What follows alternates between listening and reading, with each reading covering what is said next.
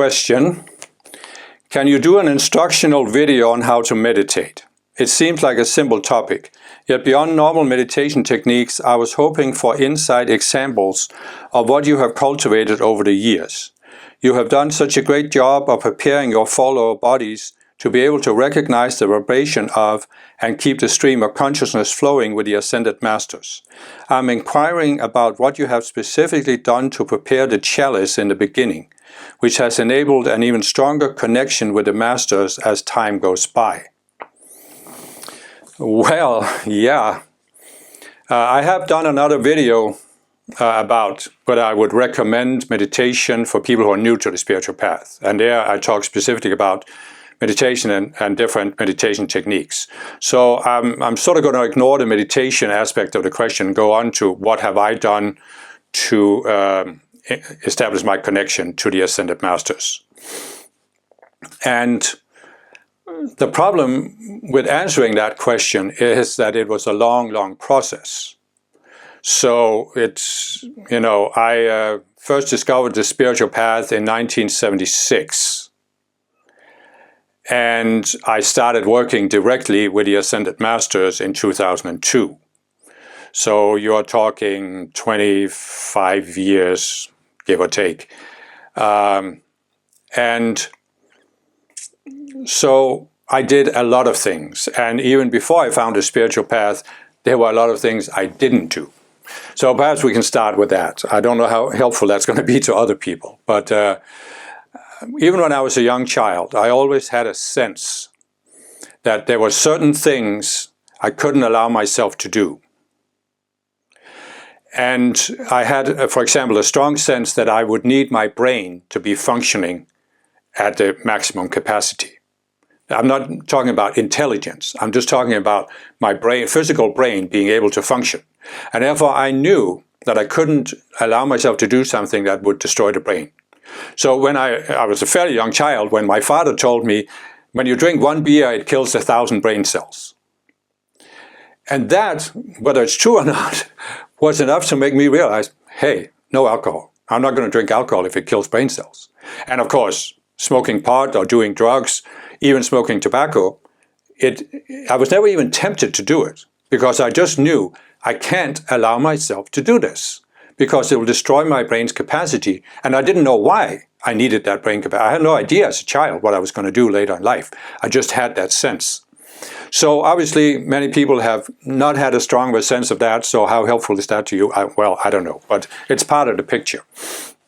So then what did I do? Well, the real change in terms of working with the Ascended Masters came, of course, in 1983-84 when I heard about the teachings of the Ascended Masters, especially in what was called the Summit Lighthouse. It's still called the Summit Lighthouse, of course. And this was an organization that at the time they had a messenger who was receiving these dictations from the Ascended Masters. Her name was Elizabeth Clare Prophet. And I heard about that in 84. And in 1987, I moved to the United States in Montana, where they had their international headquarters. And I lived there for 10 years, and I participated in a lot of conferences. They had something called Summit University. I took 2 levels of that, and especially the second level was very helpful to me. And I sat there probably hearing 300-400 of these live dictations that she took. And of course, I decreed for hours and hours and hours. They were very big on these long decree sessions that 4 hours was normal, sometimes 6 or 7 hours, and we would just decree at very, very high speed the whole time. And so I had times where I could sit there, didn't even have to go to the bathroom, or just decree for 4 hours. And so this, of course, was invoking the spiritual light from the Ascended Masters, as I've talked about. And it's transmuting the accumulated energy that you have in your follower bodies. They call it karma, but it's more than that. It's also just the energy, like fear-based energy, anger energy, and this kind of thing. But then in about 1990, it's not that I wasn't working with the Masters before, in the sense that once in a while, I would feel that I would get an intuitive prompting from the Masters, and I would ask them for help on specific questions. And so I got the prompting that what I had been doing for the last several years with decreeing so much I did it because there was focus on we have to purify the world for Saint Germain so we can manifest this golden age. Therefore we have to give all these decrees for consuming world karma.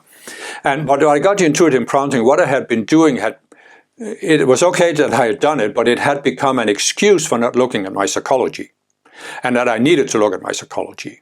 And that's when I went into therapy. I found a therapist she had a PhD, was a licensed psychologist, but she was also a member of the Summit Lighthouse, so she had a spiritual outlook. And I worked with her for probably, 6-8 months, I think, every week, sessions. And we went through a lot of things from my childhood. We did EMDR, we did talk therapy, we did Gestalt. And it came to a point where we both kind of felt we had concluded the therapy, at least at that level. I didn't think that I'd resolved all of my psychology, but what could be resolved at that time. And after that, I also worked with many other ways with psychology. I was always looking at my psychology. And I especially had this concept of surrender that came up, where I didn't have the concept back then of the subconscious selves, but I did realize that the key to Buddhahood is non-attachment, and non-attachment means surrendering the attachments.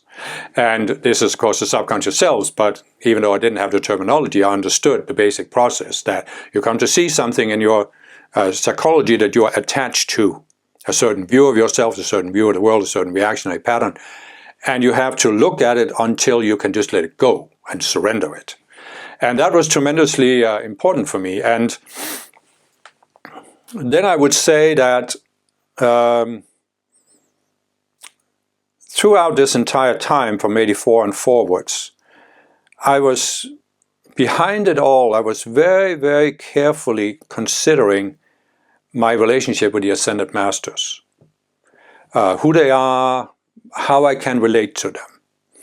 And I realized at a very early stage, and this is actually why I was attracted to Ascended Master teachings, that the real value of the Ascended Masters is that they're totally beyond all human nonsense. Human argumentation, human reasoning, human opinions, human beliefs. They're completely beyond it. And I even had this experience several times, connecting to a master and just sensing that there is no way you can make them conform to your images. They're just beyond it. And so then throughout my time in the Summit Lighthouse, and the Summit had some very specific views or images of the Ascended Masters. They had pictures of the Ascended Masters, and they had descriptions of their previous embodiments and how they were as Ascended Masters, their spiritual retreats. And it was always said in the Summit Lighthouse that the previous Ascended Master dispensation was called the I Am Movement. And that was sponsored by Saint Germain. But because the I Am movement didn't fulfill its potential, Saint Germain wanted to start a new organization, the Summit Lighthouse. But he went before the karmic board and they wouldn't allow him, because he had given so much of his light to sponsoring the I Am movement, they wouldn't allow him to start a new one. So the Ascended Master El Moya stepped in, and he had a jewel, and some of the pictures portray him with a jewel on the forehead, that was a symbol of his attainment. And he put that up as collateral with the karmic boards so that the Summit Lighthouse could be started. And because of this, the El Moya was the main guardian of the Summit Lighthouse, and they portrayed El Moya as this very strict disciplinarian. Very straightforward, exposing people's egos, telling them what to do, and this is ego, or dwell on a threshold, as it was called in the Summit. And I, of course, didn't know any better when I first came in the movement, but then I have had a situation that I have explained in other videos in detail, where I was challenged by Elizabeth Care Prophet with a part of my ego, and I decided instead of trying to defend myself, I would just let it go. And when I had decided to let it go, I felt this pink love, unconditional love, descend. And I knew it was from El Moya. I sensed it was from El Moya. But it was a shock to me, because this pink unconditional love was in such stark contrast to this image of El Moya that the Summit Lighthouse gave, the strict disciplinarian, And I understand that he is strict with the ego because he's not going to let your ego get away with anything. But when you surrender the ego, he is completely loving and pink. And it was just the contrast between the outer image and that experience really made me start thinking about the masters. And so up throughout the 90s, I would say I was questioning any outer image of the masters, really questioning any outer image of the masters. And I would say that what happened was that when we came to 2002, I had become much more neutral in the way I looked at them. I didn't need to project these images on them, what they were like. And I also didn't, I also overcame this sense that was very much there in the Summit Lighthouse, that the masters would have to do something for us.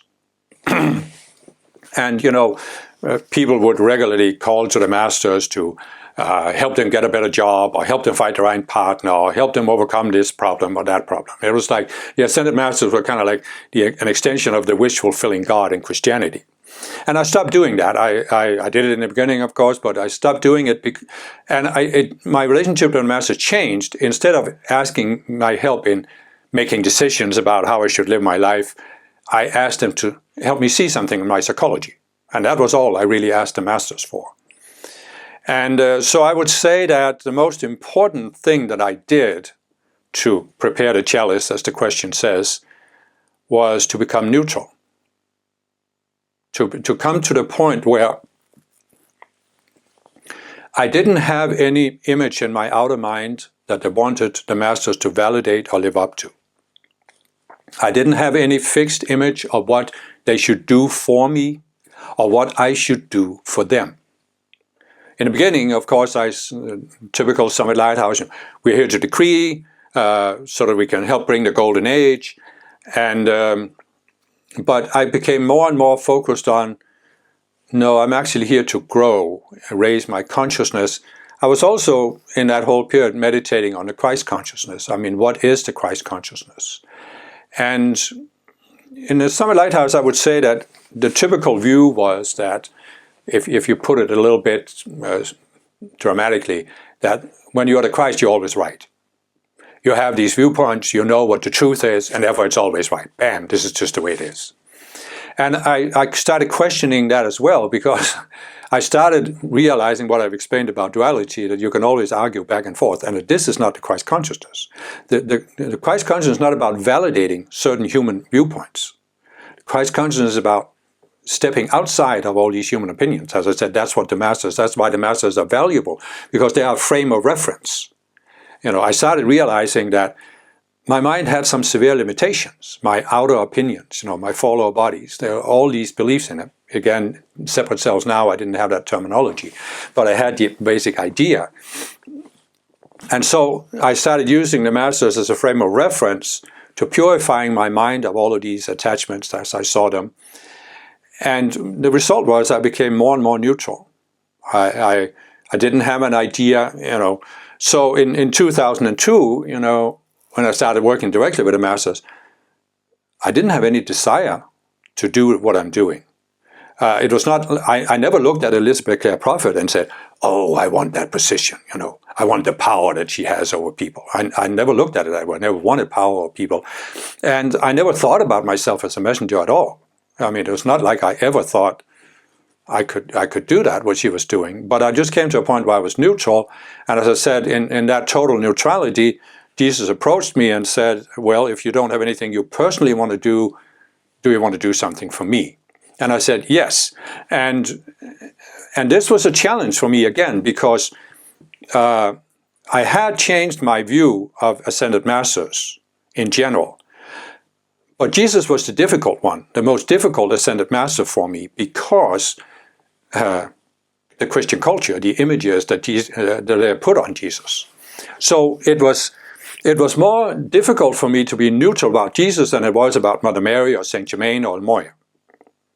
You know, you could say that in the Summit Lighthouse, the specific Summit Lighthouse culture, it was also very difficult to be neutral about Moya, because they had this very strict image of him. But I had gotten beyond that. Jesus was a little more difficult. So basically, when I started working with Jesus, in the very beginning, he took me through this period of whatever you want to call it, purging, initiation. And I had to work on my relationship with him. So I could come to a point where I could say, well, whatever is in this Christian heritage, and it wasn't that I had a strict Christian upbringing, but still I was exposed to it, I have to overcome it. I really have to overcome this and be able to be neutral with Jesus and about Jesus. And so this was what caused me to start working with the Masters in 2002. And what I've done since then, which is now over 20 years, is just continuing the process. Resolving psychology.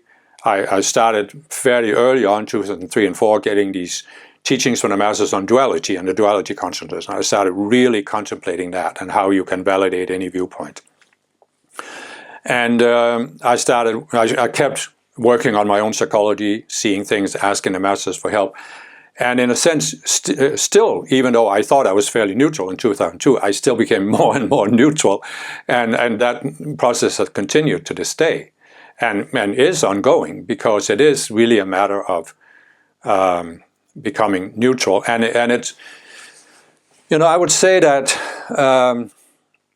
what I've done on a continual basis is that I actually I looked at my Summit Lighthouse experience. After it took me a while to accept myself as a messenger for the Ascended Masters. And part of the reason for that was that I came from the background of the Summit Lighthouse, where Elizabeth Clare Prophet was the messenger.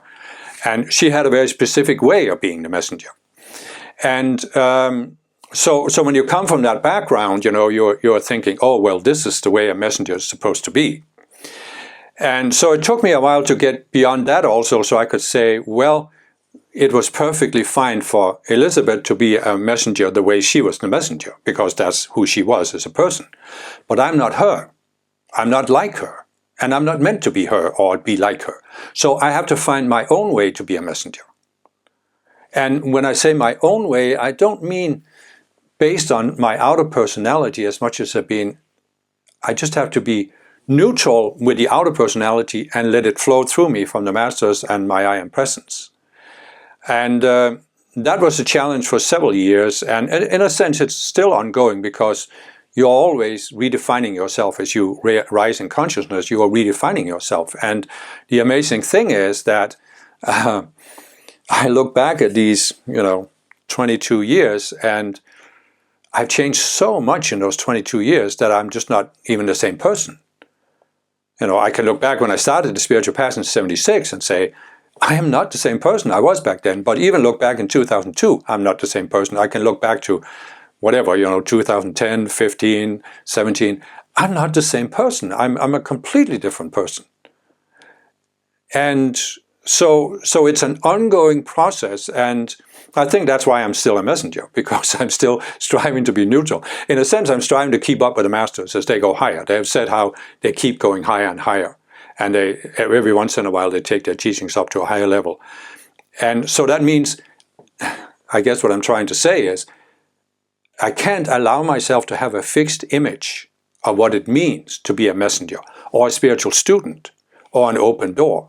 And it's the same with you. You have an individual life plan.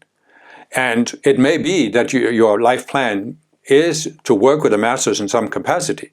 Not necessarily the way I'm doing it at all, but in some other way, getting ideas from the Masters. But it's an ongoing process. And so it's really about transforming yourself and becoming, I look at it as, I'm striving to be the open door. And that means open door, right? No filter. And in the beginning, I had some filter, and gradually I have shed more and more that filter to where I have become more and more open. But I still have some filter, because you have a certain cultural background, a certain way you talk, a certain concepts, certain things, there are other things you don't know. So it's an ongoing process. It's a never-ending process. And that's why, what did I do to prepare the chalice? Is to come to a point where I could get my outer self out of the Master's way. So I could be sufficiently open that they could use me. But this is an ongoing process, so I can never allow myself to have a fixed image of the Masters or of my own relationship with the Masters. It's an ongoing process. And the wonderful thing about it is that it's not a strain. It's not something I'm striving to do. I'm not feeling behind. I'm just feeling how it's a joyful process, because as I shed more and more of this psychology and filters, I become more and more free. And then, of course, life becomes more joyful. So I could say that when I started out as a messenger, I had some tension about it. And that tension has become less and less and less. There can still sometimes be a certain creative tension because, when I go into a conference, for example, there might be 100 people sitting there. I have no idea what the master is going to say. We may have a topic, like we did a conference in Korea last year, in Seoul. Over 100 people were there, and there were, of course, people on the broadcast. And so we had a topic, connecting with your higher self and spiritual teachers. But I had no idea what the masters were going to say. And so there can be a certain, what are they going to say? Am I going to be able to get what they want to say? And I try to tune in and get at least something. So, and they usually give me some breadcrumbs, so I have at least a starting point. And sometimes when I go up to take a dictation, I go up in front of a group of people, and I have maybe one sentence or one concept that it starts with, just to get me started. And then the master starts speaking through me, and it lasts maybe an hour, And I have no preconceived idea what is going to be said. And it just is amazing how it unfolds. And it may start out with a certain idea, and then it goes into other directions. And then in the end, it just comes back to that previous idea from a whole different perspective. And you're just in awe about how the whole thing unfolded, because I'm standing there. There's no way my mind could do this. I mean, even if I had sat down and written this dictation and learned it by heart, my mind couldn't even have come up with it. I mean, it's just so beyond what my outer mind can do. And I guess that's why I stress again and again, being the open door, being neutral, because I know that I can on my own self not do this. I can't take a dictation like this. And so it is really a matter of realizing the masters are the doers. And that's again what I call being neutral. So anyway, I could go on, because there's of course many things that could be said, but I hope this is at least a start that can help somebody.